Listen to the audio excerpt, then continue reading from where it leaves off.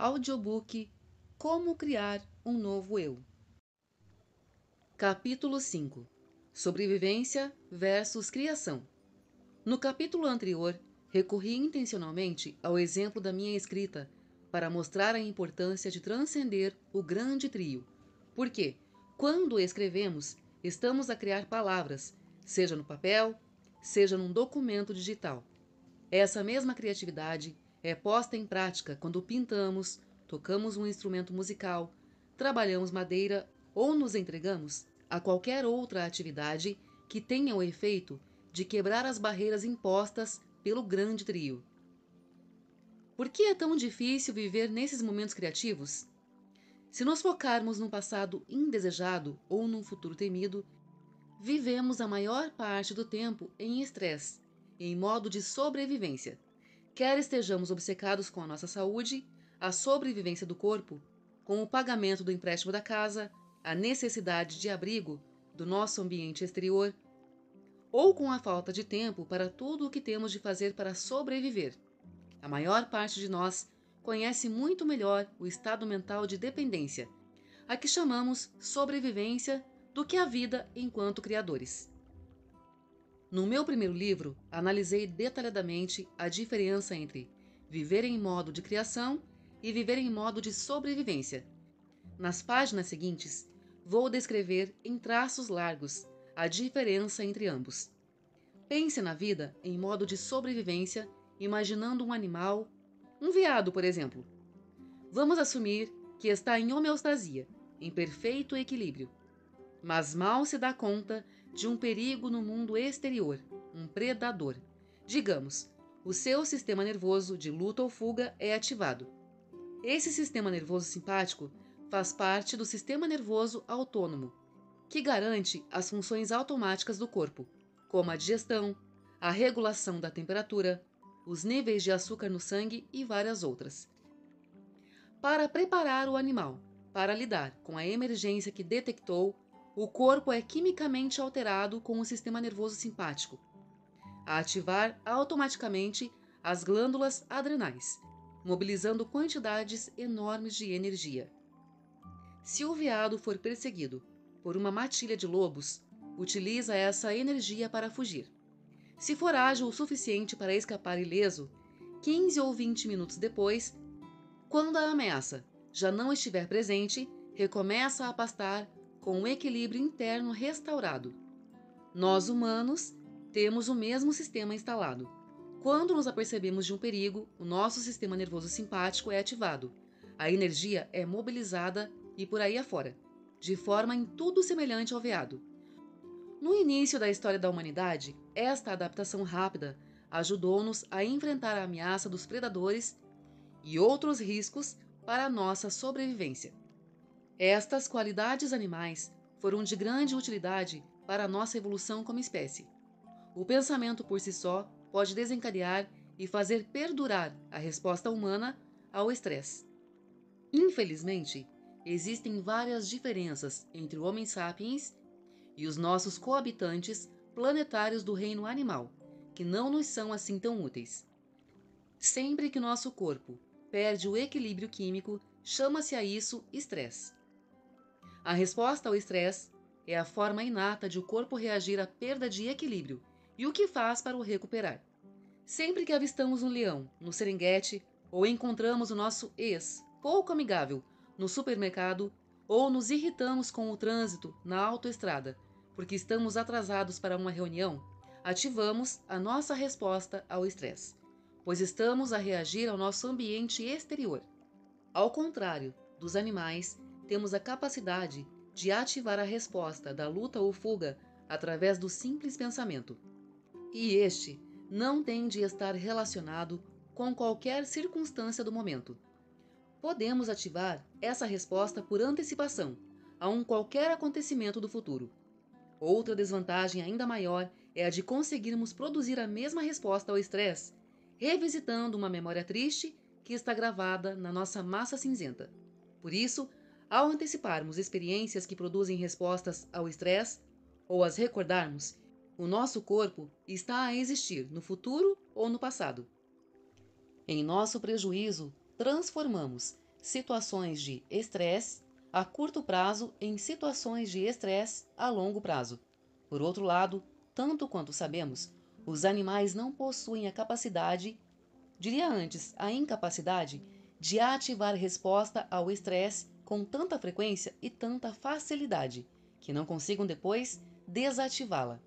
Aquele veado que voltou a pastar alegremente não se consome com pensamentos sobre o que lhe aconteceu minutos antes, muito menos com o que lhe aconteceu 2 meses antes, quando foi perseguido por um lobo. O estresse repetitivo é-nos prejudicial, pois nenhum organismo está preparado para lidar com os efeitos negativos decorrentes da ativação frequente e prolongada da resposta ao estresse. Por outras palavras, nenhuma criatura consegue evitar as consequências de viver situações de emergência a longo prazo. Quando ativamos a resposta ao estresse e não conseguimos desativá-la, estamos a caminhar para qualquer tipo de esgotamento. Digamos que estamos sempre a ativar o sistema de luta ou fuga, devido a qualquer circunstância ameaçadora, real ou imaginária. À medida que o nosso coração acelerado bombeia grandes quantidades de sangue para os membros e o corpo, ele é forçado a abandonar a homeostasia. O sistema nervoso está a preparar-nos para fugirmos ou lutarmos. Mas sejamos realistas. Não podemos fugir para as Bahamas ou estrangular o colega de trabalho. E isso seria demasiado primitivo. Consequentemente, o coração anda sempre acelerado e sujeitamos-nos a problemas de tensão alta, arritmias e por aí afora. E o que acontece se continuarmos a mobilizar tanta energia para uma eventual situação de emergência? Se canalizarmos grande parte da nossa energia para um problema do nosso ambiente exterior, vai sobrar muito pouco para o ambiente interior do nosso corpo. O sistema imunitário, que monitoriza o mundo interior, não consegue compensar a falta de energia necessária para a renovação e regeneração.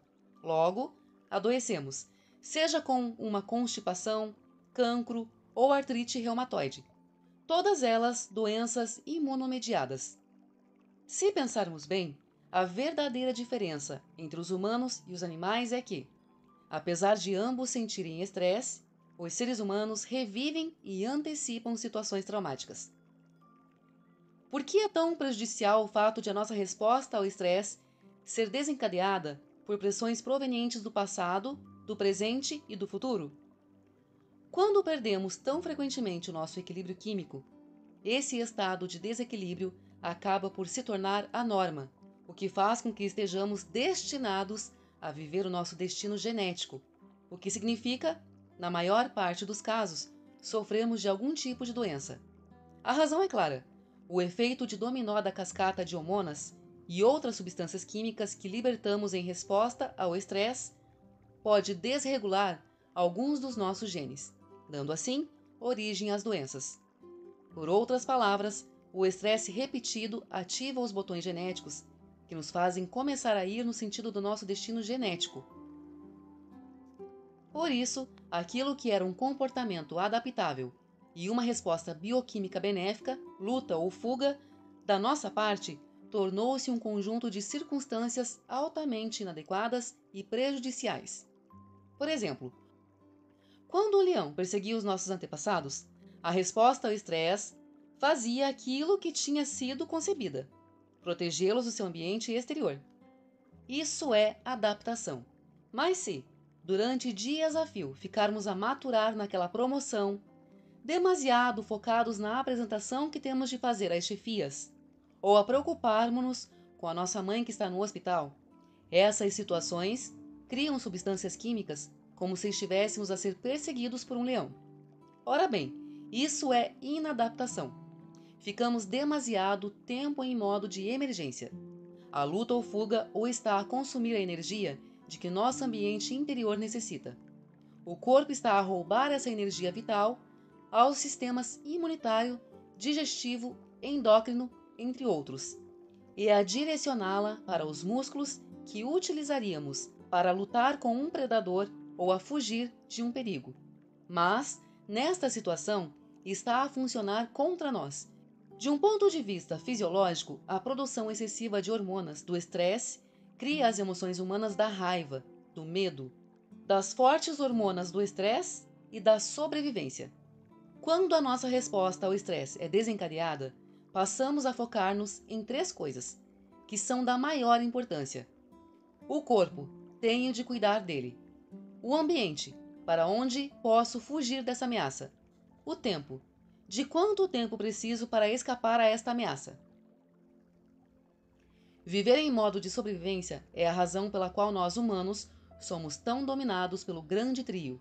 A resposta ao estresse e às hormonas que ela desencadeia obriga-nos a focar-nos e a ficarmos obcecados no corpo, no ambiente e no tempo. O que daí resulta é que começamos a definir o nosso ser dentro dos limites do reino físico, tornamo-nos menos espirituais, menos conscientes e menos atentos. Por outras palavras, habituamo-nos a ser materialistas, ou seja, a vivermos consumidos por pensamentos focados no ambiente exterior. A nossa identidade é absorvida pelo corpo. Somos absorvidos, porque é a isso que aquelas substâncias químicas nos obrigam a prestar atenção, a coisas que possuímos, às pessoas que conhecemos, a lugares aonde temos de ir, a problemas que enfrentamos, a penteados de que não gostamos, às partes do nosso corpo, ao nosso peso, ao nosso estilo por comparação com os outros, a quanto temos ou não temos, e por aí vai. Está a ver o filme? E lembre-se de que nós nos baseamos, sobretudo, naquilo que conhecemos e fazemos. Viver em modo de sobrevivência faz-nos focar em 0,00001% em vez de nos 99,99999% da realidade. A sobrevivência. Viver como, abre aspas, alguém, fecha aspas. A maioria das pessoas adota a ideia tradicional de si própria como alguém, mas aquilo que realmente somos nada tem a ver com o grande trio. Nós somos uma consciência ligada a um campo quântico de inteligência. Quando nos tornamos esse alguém, esse ser físico materialista a viver em modo de esquecermos-nos de quem realmente somos, ficamos desligados e sentimos-nos a parte do campo universal de inteligência. Quanto mais vivemos sujeitos ao impacto das hormonas do estresse, mais a sua descarga química se torna a nossa identidade.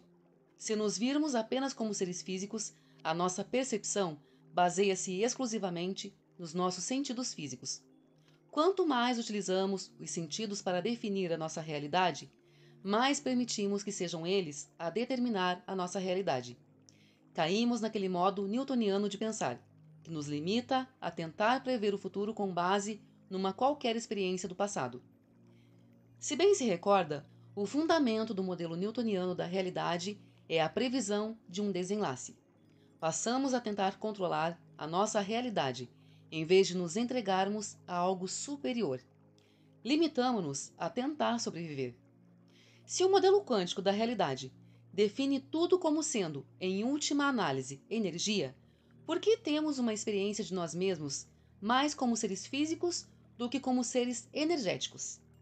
Poderíamos dizer que as emoções orientadas para a sobrevivência, as emoções são a energia em movimento. São emoções de menor frequência ou menor energia. Elas vibram num comprimento de onda mais lento, prendendo-nos por isso num plano físico. Tornamo-nos mais densos, mais pesados e mais corpóreos, porque essa energia faz-nos vibrar mais lentamente. O corpo passa literalmente a ser composto por mais massa e menos energia, mais matéria e menos mente. Poderá então fazer sentido que, se inibirmos as nossas emoções de sobrevivência mais primitivas e começarmos a libertar-nos da nossa dependência delas, a nossa energia passe a ter uma frequência mais elevada e haja menos probabilidades de nos prender ao corpo. De certa forma, quando o nosso corpo se torna mente, podemos deliberadamente libertar energia para o campo quântico. As nossas emoções tornam-se mais elevadas, nós ascendemos naturalmente a um nível mais elevado de consciência, ficando mais próximos da fonte, e sentimos-nos mais ligados à inteligência universal. As ondas de alta frequência no topo estão a vibrar muito mais depressa, pelo que estão mais próximas da frequência de vibração da energia do que da vibração da matéria. Descendo na escala, observamos que, quanto mais lenta é a onda, mais material a energia se torna. Logo, as emoções de sobrevivência mantêm-nos num plano inferior, fazendo com que sejamos mais como a matéria e menos como a energia. Emoções como a raiva, ódio, sofrimento, vergonha, a culpa, a censura e a luxúria fazem-nos sentir mais físicos porque transportam uma frequência que é mais lenta e mais semelhante à dos objetos físicos. Porém, as emoções mais elevadas, como o amor, a alegria e a gratidão, têm uma frequência mais alta. Consequentemente, são mais parecidas com a energia e menos físicas, menos materiais. Viciado em ser alguém. Quando a resposta ao estresse é ativada para responder a uma ameaça real ou imaginada, uma poderosa cascata de substâncias químicas precipita-se no nosso sistema, dando-nos um forte choque de energia, despertando momentaneamente o corpo e determinadas partes do cérebro, de modo a focarmos toda a nossa atenção no grande trio. Isto é tão viciante porque é como se bebêssemos um café triplo. Ficamos excitados durante alguns momentos. Com o tempo, ficamos inconscientemente dependentes dos nossos problemas, das nossas circunstâncias desfavoráveis ou das nossas relações doentias.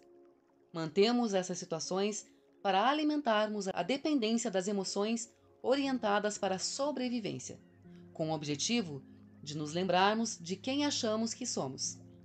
Isto é, alguém. Adoramos a descarga de energia que recebemos em troca dos nossos problemas. Para além do mais, também associamos esse pico emocional a todas as pessoas, coisas, lugares e experiências do nosso mundo exterior que conhecemos e nos são familiares. Ficamos também dependentes desses elementos. Assumimos o nosso ambiente como a nossa identidade. Se aceitar a ideia de que conseguimos ativar a resposta ao estresse unicamente através do pensamento, é lógico que podemos receber uma descarga de químicos do estresse que criam dependência como se estivéssemos a ser perseguidos por um predador. Isso faz com que nos tornemos dependentes nos nossos próprios pensamentos. Eles começam a dar-nos um pico inconsciente de adrenalina e temos muita dificuldade em pensar de outra maneira. Temos pensamentos superiores àquilo que sentimos, ou pensar fora do habitual torna-se uma coisa demasiado desconfortável. Quando começamos a negar a nós mesmos a substância de que estamos dependentes, neste caso, os pensamentos e sentimentos familiares associados à nossa dependência emocional, há desejos, há dores de abstinência e um conjunto de vozes interiores que nos instigam a não mudar. E continuamos assim presos à nossa realidade familiar. Desse modo, os nossos pensamentos e sentimentos, que são predominantemente autolimitadores, mantêm-nos dependentes de todos os problemas, condições, fatores de estresse e más escolhas que estiveram na origem do efeito de luta ou fuga. Mantemos todos esses estímulos negativos à nossa volta para podermos produzir a resposta ao estresse, porque essa dependência reforça a ideia de quem somos, servindo apenas para reafirmar a nossa própria identidade. Resumindo, a maioria de nós está viciados nos problemas e nas condições da sua vida que lhe provocam estresse. Quer tenhamos mau emprego ou uma má relação, agarramo-nos aos nossos problemas porque eles ajudam-nos a reforçar a ideia de que somos alguém e alimentam a nossa dependência das emoções de baixa frequência. O pior de tudo é vivermos com medo de não sabermos o que pensar ou o que sentir, nem de podermos experimentar a descarga de energia que nos recorda quem somos caso esses problemas desaparecessem. Para a maior parte de nós, Deus nos livre de não sermos alguém. Que horror ser, abre aspas, ninguém, fecha aspas, não ter uma identidade. O ser egoísta, como pode ver, aquilo que identificamos como nosso ser, existe no contexto da nossa associação emocional coletiva com os nossos pensamentos e sentimentos. Os nossos problemas e todos os restantes elementos do grande trio. Será, pois, de espantar que as pessoas tenham tanta dificuldade em se focar no seu ambiente interior e deixar para trás esta realidade produzida por elas próprias? Como saberíamos quem somos se não fosse o nosso ambiente, o nosso corpo e o tempo? É por isso que somos tão dependentes do mundo exterior. Limitamo-nos a usar os nossos sentidos para definir e cultivar emoções, de modo a podermos receber o retorno fisiológico que reafirma as nossas próprias dependências pessoais. Fazemos tudo isso para nos sentirmos humanos. Quando a resposta de sobrevivência é de tal modo desproporcional ao que está a acontecer no nosso mundo exterior, esse excesso de hormonas, de resposta ao estresse, fixa-nos dentro dos parâmetros do ser. Tornamo-nos então excessivamente egoístas. Ficamos obcecados com nosso corpo ou com um aspecto particular do nosso ambiente e vivemos como escravos do tempo. Ficamos reféns dessa realidade particular e sentimos-nos impotentes para mudar, para acabar com o hábito de sermos os mesmos de sempre. Essas emoções de sobrevivência excessivas desequilibram um ego saudável, o ser a que aludimos de forma consciente quando dizemos, abre aspas, eu, fecha aspas. Quando o ego é posto em xeque, a sua função natural é garantir que estamos protegidos e seguros no mundo exterior. O ego que garante que não nos aproximemos demasiado de uma fogueira ou que ficamos a uma distância segura da beira de um precipício. Uma vez em equilíbrio, o instinto natural do ego é o de autopreservação. Há um equilíbrio saudável entre as suas necessidades e as dos outros, entre a atenção a si mesmo e aos outros. Quando estamos em modo de sobrevivência, numa situação de emergência, faz sentido que sejamos prioritários. Mas quando os químicos do estresse crônico, de longo prazo, fazem o corpo e o cérebro perder esse equilíbrio, o ego torna-se demasiado focado na sobrevivência e coloca o próprio ser em primeiro lugar, excluindo tudo o resto. Somos sempre egoístas. Tornamo-nos assim autoindulgentes, egocêntricos e presunçosos. Ficamos cheios de autocomiseração e autodepreciação. Quando o ego está sujeito a um estresse constante, a prioridade é o eu. Nestas condições, o ego preocupa-se sobretudo em prever todos os desenlaces de todas as situações, pois está demasiado concentrado nos 99,99999% de realidade. De fato, quanto mais definimos realidade através dos nossos sentidos, mais essa realidade se torna a nossa lei. E a realidade material é, enquanto lei, precisamente o oposto da lei quântica. Aquilo em que concentramos a nossa consciência é a nossa realidade. Consequentemente, se a nossa atenção estiver focada no corpo e no reino físico, e se ficarmos presos numa determinada linha do tempo linear, isso torna-se a nossa realidade. Esquecer a pessoa que somos, os problemas que temos, os objetos que possuímos e o lugar aonde vamos.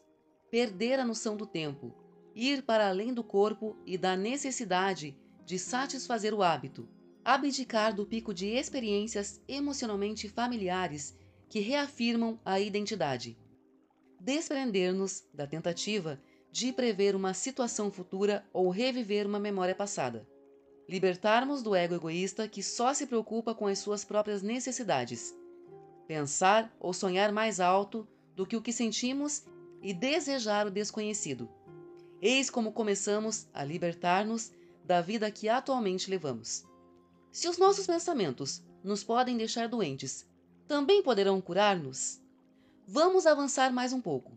Expliquei anteriormente que podemos ativar a resposta ao estresse através do simples pensamento. Também referi o fato científico de as substâncias químicas associadas ao estresse puxarem o gatilho genético, criando um ambiente muito adverso no exterior das nossas células, causando doenças. Então, em teoria, os nossos pensamentos podem, na realidade, pôr-nos doentes. E se os nossos pensamentos nos podem pôr doentes, podem também curar-nos? Digamos que alguém viveu várias experiências num curto espaço de tempo que deixaram essa pessoa ressentida. Em consequência das suas reações inconscientes a esses acontecimentos, agarrou-se ao seu azedume. Os químicos correspondentes a essa emoção inundaram as suas células. Com o passar das semanas, a emoção converteu-se num estado de espírito que durou meses e se tornou um temperamento que perdurou vários anos e formou um forte traço de personalidade chamado ressentimento. De fato, a pessoa memorizou tão bem essa emoção que o corpo conhecia o ressentimento melhor do que a mente consciente, porque se manteve durante anos nesse ciclo de pensar e sentir e pensar, baseando-se no que aprendeu acerca das emoções enquanto assinaturas químicas de uma experiência. Não concordaria que, enquanto essa pessoa se agarrar ao ressentimento, o corpo dela vai reagir como se continuasse a viver os eventos do passado que a fizeram adotar essa emoção? Mas se a reação do corpo a esses químicos do ressentimento tiver interrompido a função de determinados genes, e se essa reação tiver continuado a enviar sinais para os mesmos genes, levando-os a responder do mesmo modo, não poderá eventualmente o corpo desenvolver uma doença física, como o cancro? Em caso afirmativo, ao abandonar os pensamentos que criaram os sentimentos de ressentimento, e vice-versa, desmemorizando a emoção do ressentimento constante, conseguiria o seu corpo, enquanto mente inconsciente, libertar-se dessa servidão emocional? Com o tempo, conseguiria deixar de enviar sinais aos genes da mesma maneira? E por fim, digamos que essa pessoa adotou novas formas de pensar e sentir até inventar um novo ideal de si própria, ligado a uma nova personalidade. Enquanto evoluía para esse novo estado de ser, seria ela capaz de enviar sinais positivos aos seus genes e conduzir o corpo a um estado emocional mais elevado antes de viver, efetivamente, a experiência real de se tornar saudável? Seria ela capaz de fazer isso ao ponto de seu corpo começar a modificar-se através do simples pensamento? Isto que acabei de descrever, em termos muito simples, foi o que aconteceu a um aluno de um dos meus seminários, que conseguiu vencer o cancro. Era Bill, de 57 anos, um empreiteiro especializado na construção de telhados.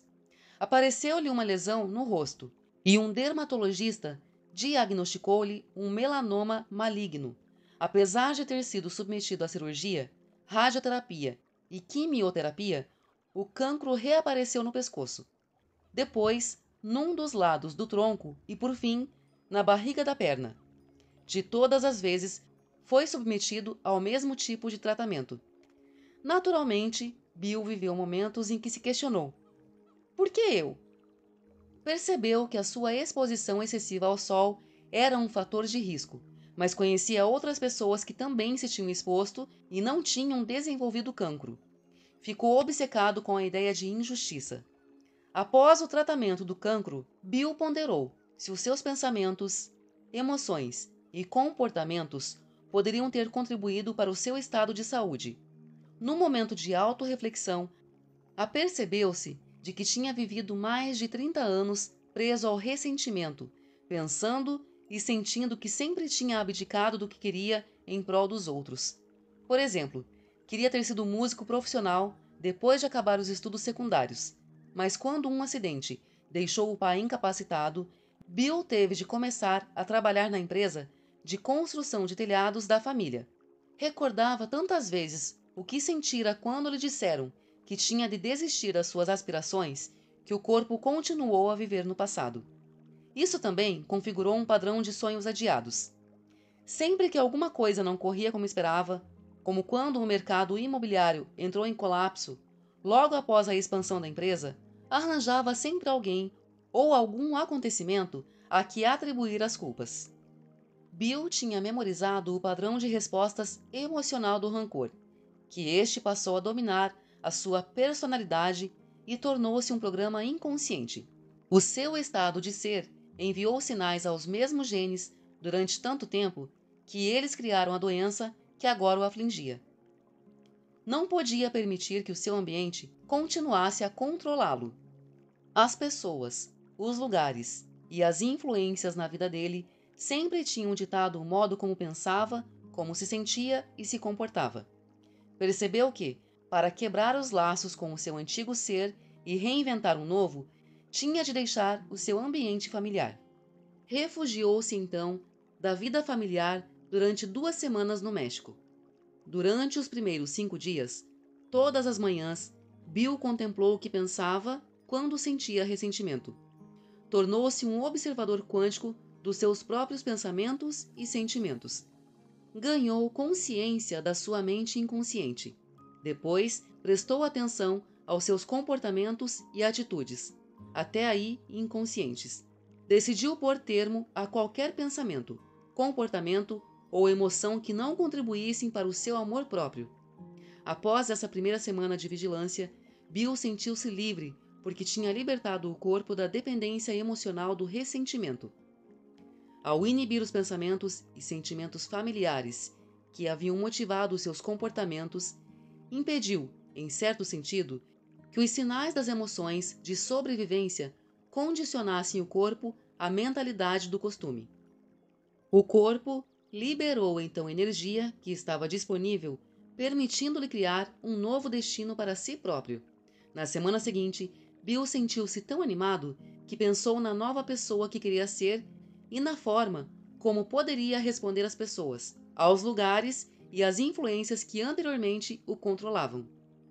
Decidiu, por exemplo, responder com bondade e generosidade sempre que a mulher e os filhos exprimissem um desejo ou uma necessidade, em vez de fazê-los sentirem-se um fardo. Em suma, focou-se no modo como queria pensar, comportar-se e sentir-se perante situações que o tinham desafiado no passado. Estava a criar uma nova personalidade, uma nova mente e um novo estado de ser. Bill começou a pôr em prática o que tinha mentalizado durante o tempo que passou no México. Pouco depois do seu regresso, constatou que o tumor na barriga da perna tinha diminuído. No espaço de mais ou menos uma semana, quando voltou ao médico, estava livre do cancro. E assim continua fazendo o cérebro disparar novas formas. Bill transformou-se biológica e quimicamente. Em resultado disso, utilizou novas maneiras de enviar sinais a novos genes e as células cancerígenas não conseguiram coexistir com a sua nova mente, a nova química interna e o novo ser. Outrora, vítima das emoções do passado, vive agora num futuro novo. A criação. Viver como pessoa nenhuma. No final do capítulo anterior, descrevi resumidamente como é viver em modo criativo. São aqueles momentos em que estamos completamente empenhados e em fluxo, fazendo com que o ambiente, o corpo e o tempo pareçam ser imateriais e não invadam os nossos pensamentos conscientes. Viver em modo de criação é viver como pessoa nenhuma. Alguma vez reparou que quando está verdadeiramente a meio da criação de alguma coisa, se esquece de si próprio? Dissocia-se do seu mundo conhecido, deixa de ser alguém que associa a sua identidade a determinados bens que possui, a determinadas pessoas que conhece, a determinadas tarefas que executa e a vários lugares em que viveu em determinados momentos. Poder-se-ia dizer que, quando estamos no estado criativo, nos esquecemos do hábito de sermos nós mesmos. Abandonamos o ego egoísta e tornamo-nos altruístas. Ultrapassamos o tempo e o espaço e tornamo-nos consciência pura e imaterial. Ao deixarmos de estar ligados a um corpo, de estar focados em pessoas, lugares ou coisas do nosso ambiente exterior e de ficar para além do tempo linear, estamos a passar pela porta do nosso campo quântico. Não conseguimos entrar como alguém, temos de o fazer como pessoa nenhuma. É necessário deixar o ego egocêntrico à porta e entrar no reino da consciência como consciência pura.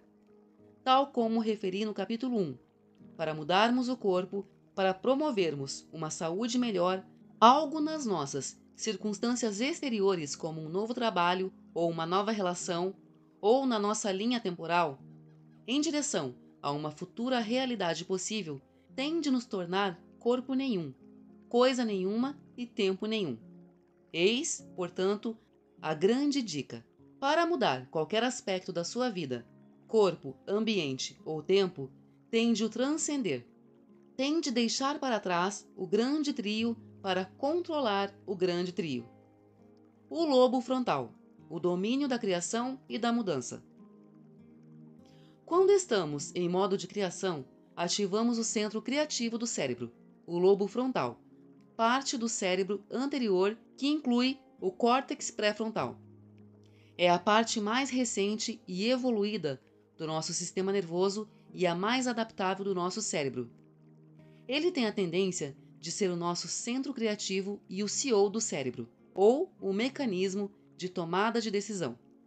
O lobo frontal é a sede da nossa atenção, da concentração, da percepção consciente, da observação e da consciência. É onde especulamos sobre as possibilidades, demonstramos uma firme intenção, tomamos decisões conscientes, controlamos comportamentos impulsivos e emocionais e aprendemos. Para o bem da nossa compreensão, o lobo frontal desempenha 3 funções essenciais. Todas elas entram em cena à medida que formos aprendendo e praticando os passos da meditação para acabar com o hábito de sermos sempre os mesmos, na parte 3 deste livro. Metacognição. Tornamo-nos autoconscientes para inibir estados indesejados da mente e do corpo. Se quisermos criar um novo ser, temos de abandonar primeiro o nosso antigo eu. No processo de criação, a primeira função do lobo frontal é tornarmos autoconscientes. Uma vez que temos capacidades metacognitivas, o poder de observarmos os nossos próprios pensamentos e o nosso próprio eu, podemos decidir o que queremos deixar de ser, ou seja, de pensar, agir e ser. A capacidade de autorreflexão permite-nos fazer um escrutínio de nós mesmos e criar depois um plano para alterar os nossos comportamentos, de forma a podermos obter resultados mais esclarecidos ou desejáveis. A nossa atenção está onde aplicamos a nossa energia. Se queremos utilizar a energia para potenciar a nossa vida, teremos de examinar o que já criamos.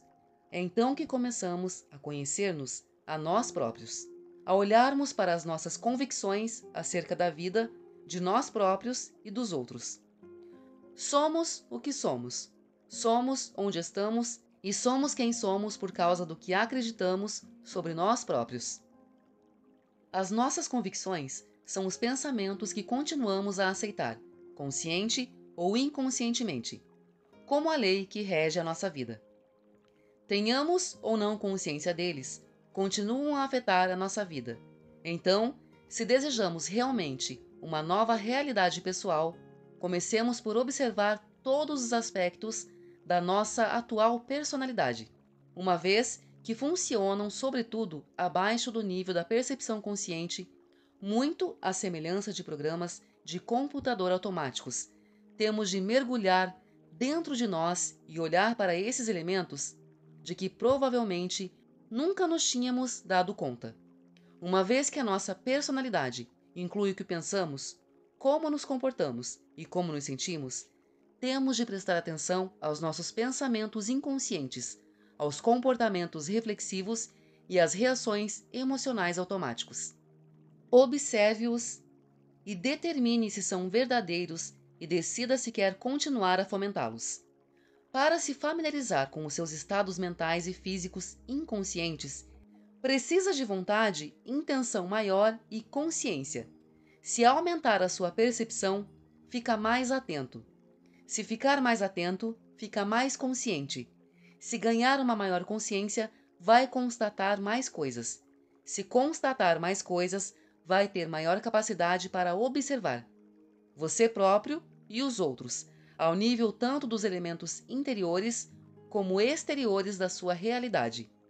Por fim, quanto mais observa, mais desperta do estado mental inconsciente e ganha uma percepção consciente. O propósito de nos tornarmos autoconscientes é não deixarmos que pensamentos, ações ou emoções que não desejamos experimentar passem desapercebidos à nossa consciência. Assim, com o tempo, a capacidade de inibirmos de modo conscientes esses estados de ser vai interromper a atividade das antigas redes neurais relacionadas com a nossa personalidade anterior. E ao deixarmos de recriar a mesma mente numa base regular, eliminamos o hardware que está relacionado com o nosso antigo ser. Além disso, ao interrompermos os sentimentos associados a esses pensamentos, deixamos de enviar sinais aos genes da mesma maneira. Impedimos que o corpo se reafirme a si próprio como a mente. É através desse processo que começamos muito simplesmente a, abre aspas, perder a cabeça, fecha aspas. Por isso, à medida que for desenvolvendo a capacidade de se familiarizar com todos os aspectos do seu antigo ser, vai acabar por ficar mais consciente. O seu objetivo é desaprender aquilo que costumava ser para conseguir liberar energia e criar uma nova vida, uma nova personalidade. Não vai conseguir criar uma nova realidade pessoal com a mesma personalidade. Tem de se tornar outra pessoa. A metacognição é a sua primeira tarefa para se libertar do processo e criar um novo futuro. Criar uma nova mente para pensar em novas maneiras de ser. A segunda função do lobo frontal é criar uma nova mente. Libertar-se das redes neurais produzidas pelas formas como o cérebro tem funcionado anos a fio e influenciar a criação de novas ligações. Quando deixamos de lado o tempo para pensarmos numa nova maneira de ser, é esse o momento em que o lobo frontal se dedica à criação. Podemos imaginar novas possibilidades e colocamos-nos questões importantes acerca daquilo que realmente queremos, de como e quem queremos ser e o que queremos mudar em nós e nas nossas circunstâncias. Dado que possui ligações com todas as restantes partes do cérebro, o lobo frontal consegue pesquisar em todos os circuitos neurais pedaços de informações armazenados e uni-los na forma de redes de conhecimento e experiência. Em seguida, escolhe os circuitos neurais, combinando-os de diversas maneiras, para criar uma nova mente. Ao fazê-lo, cria um modelo ou representação interna que vemos como um retrato do resultado que desejamos.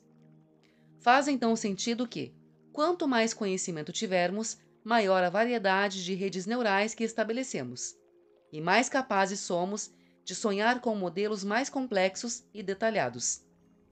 Para dar início a este passo de criação, é sempre bom entrar num estado de deslumbramento, contemplação, possibilidade, reflexão ou especulação, colocando-nos algumas questões importantes. As perguntas abertas constituem a abordagem que melhor estimula a produção de uma torrente fluida de consciência. Como seria se? Haverá uma maneira melhor de? Quando o lobo frontal está em modo criativo, olha para o panorama de todo o cérebro e reúne toda essa informação para criar uma nova mente.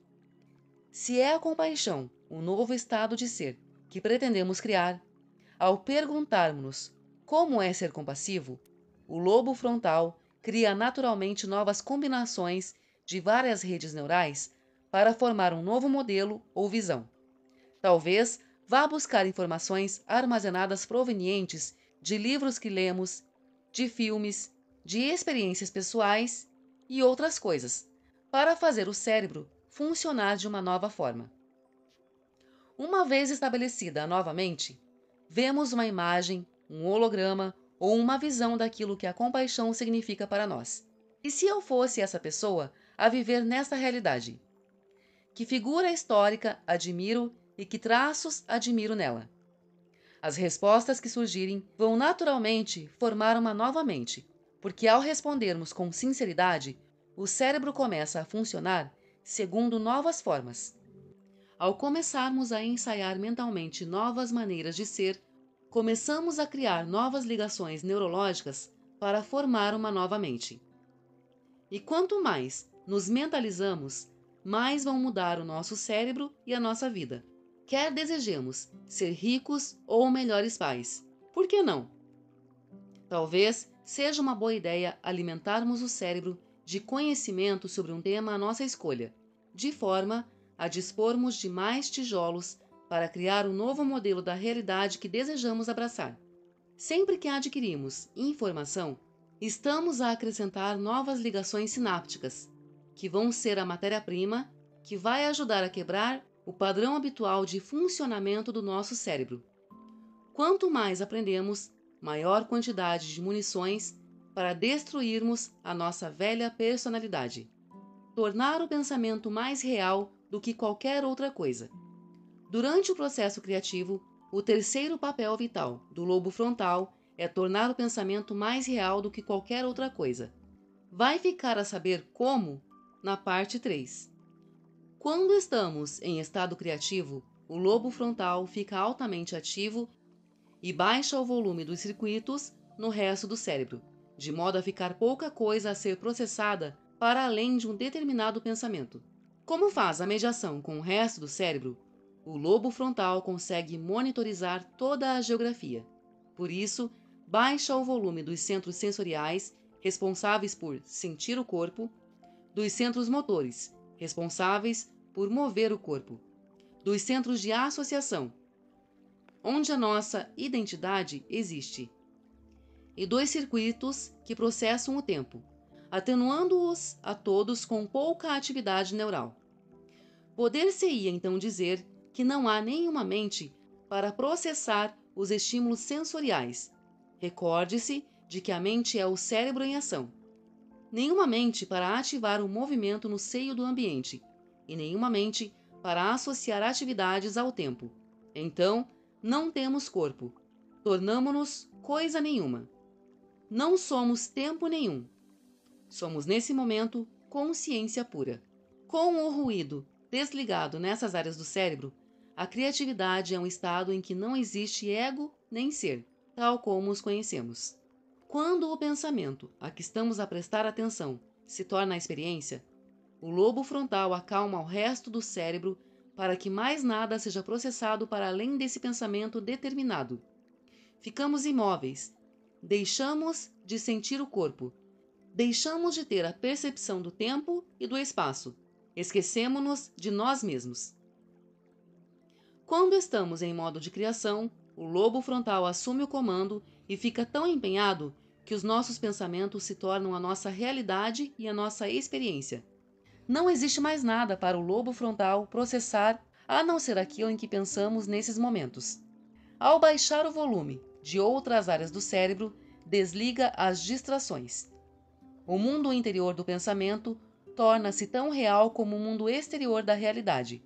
Os pensamentos são captados neurologicamente e classificados na arquitetura do cérebro como uma experiência. Se executamos o processo criativo de forma eficaz, essa experiência produz uma emoção, como sabe, e começamos a sentir-nos como se esse acontecimento estivesse de fato a acontecer no presente. Estamos em uníssono com os pensamentos e os sentimentos associados à realidade desejada. Estamos num novo estado de ser. Podemos dizer que, nesse momento, estamos a reescrever os programas subconscientes, preparando o corpo para uma nova mente. Liberte-se da sua mente. Liberte a sua energia. No ato da criação, quando nos tornamos essa pessoa, abre aspas, pessoa nenhuma, fecha aspas, essa coisa nenhuma, em tempo nenhum, deixamos de criar a nossa assinatura química habitual porque já não temos a mesma identidade, não pensamos e não nos sentimos da mesma forma. Essas redes neurais que o nosso pensamento de sobrevivência havia criado são desligadas e a personalidade que estava viciada em enviar constantemente sinais ao corpo sobe pelo corpo, desde os centros hormonais até a área do coração, a caminho do cérebro e, de repente, sentimos-nos ótimos, alegres, expansivos, apaixonamo-nos pela nossa criação. É então que experimentamos o nosso estado de ser natural, quando deixamos de dar energia a esse ser emocional. Alimentado pela resposta ao estresse, deixamos de ser egoístas e passamos a ser altruístas. Com essa velha energia transmutada numa emoção com uma frequência mais alta, o corpo é libertado do seu cativeiro emocional. Somos elevados acima do horizonte para contemplarmos um novo panorama. Ao deixarmos de ter uma percepção da realidade filtrada por essas emoções de sobrevivência passadas, vemos nossas possibilidades. Tornamo-nos observadores quânticos de um novo destino. E essa libertação cura o corpo e liberta a mente. Vamos regressar ao gráfico da energia e da escala de frequências das emoções de sobrevivência às emoções elevadas. Quando a raiva, a vergonha ou a luxúria são libertadas do campo, elas transmutam-se em alegria, amor ou gratidão. Nessa jornada rumo à transmissão de uma energia mais elevada, o corpo, que condicionamos a ser a mente, torna-se menos da mente e mais uma energia coerente. A matéria que compõe o corpo expressa uma frequência vibratória mais elevada e nós sentimos-nos mais ligados a algo superior. Em suma, mostramos mais da nossa natureza divina. Quando vivemos em modo de sobrevivência, tentamos controlar ou forçar um desenlace. É o que faz o ego. Quando vivemos na emoção elevada da criação, sentimos-nos tão elevados que jamais tentaríamos analisar como ou quando se dará a chegada de um destino escolhido. Confiamos que se irá concretizar, porque já sentimos na mente, no corpo, em pensamento e em forma de sentimentos. Sabemos que se vai realizar, porque nos sentimos ligados a algo superior. Estamos num estado de gratidão, porque sentimos que já aconteceu. Podemos não conhecer todos os pormenores do desenlace desejado. Quando irá ter lugar, onde e em que circunstâncias, mas confiamos num futuro que não conseguimos ver nem pressionar através dos sentidos. Para nós, ele já aconteceu em espaço nenhum, em tempo nenhum e em lugar nenhum, a partir dos quais brotam todas as coisas materiais. Estamos em estado de cognoscência. Podemos relaxar vivendo o presente e deixar de viver em modo de sobrevivência. Tentar antecipar ou analisar quando ou como esse acontecimento se vai desenrolar serviria simplesmente para nos fazer regressar à nossa antiga identidade. Mas a alegria que vivemos é tão grande que é impossível queremos antecipar. E isso é o que os seres humanos fazem quando estão a viver em estados limitados de sobrevivência, enquanto experimentamos esse estado criativo em que já não somos a nossa identidade. As células nervosas, que antes disparavam em conjunto para formarem um antigo ser, deixam de se ligar entre si. É então que a velha personalidade começa a ser biologicamente desmantelada. Os sentimentos que estavam ligados a essa identidade, que condicionava o corpo à mentalidade do costume, já não enviam sinais para os mesmos genes da mesma forma. E quanto mais superamos o ego, mais se alteram as provas físicas da antiga personalidade. O nosso antigo ser desaparece. Modo de sobrevivência versus modo de criação. Ao concluir a parte 1 deste livro, adquiriu intencionalmente uma base de conhecimento que o vai ajudar a criar o seu novo ser. Vamos agora construir a partir dessa base. Cobrimos muitas possibilidades.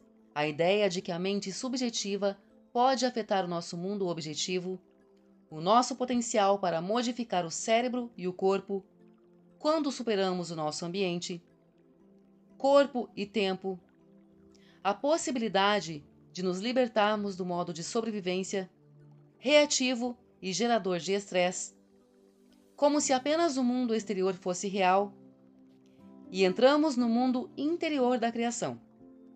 A minha esperança é que consiga agora olhar para estas possibilidades como realidades possíveis. Se assim for, convido-o então a avançar para a parte 2, onde vai obter informação específica sobre o papel do seu cérebro e do processo meditativo, e assim preparar-se para criar uma mudança real e duradoura na sua vida. O modelo quântico da realidade afirma que toda a coisa, ou coisa nenhuma, são ondas de informação que vibram em frequências diferentes. Então, faz sentido que quanto mais lenta é a vibração, maior é a densidade da matéria e vice-versa. As emoções do estresse reduzem as nossas vibrações para que sejam mais matéria e menos energia.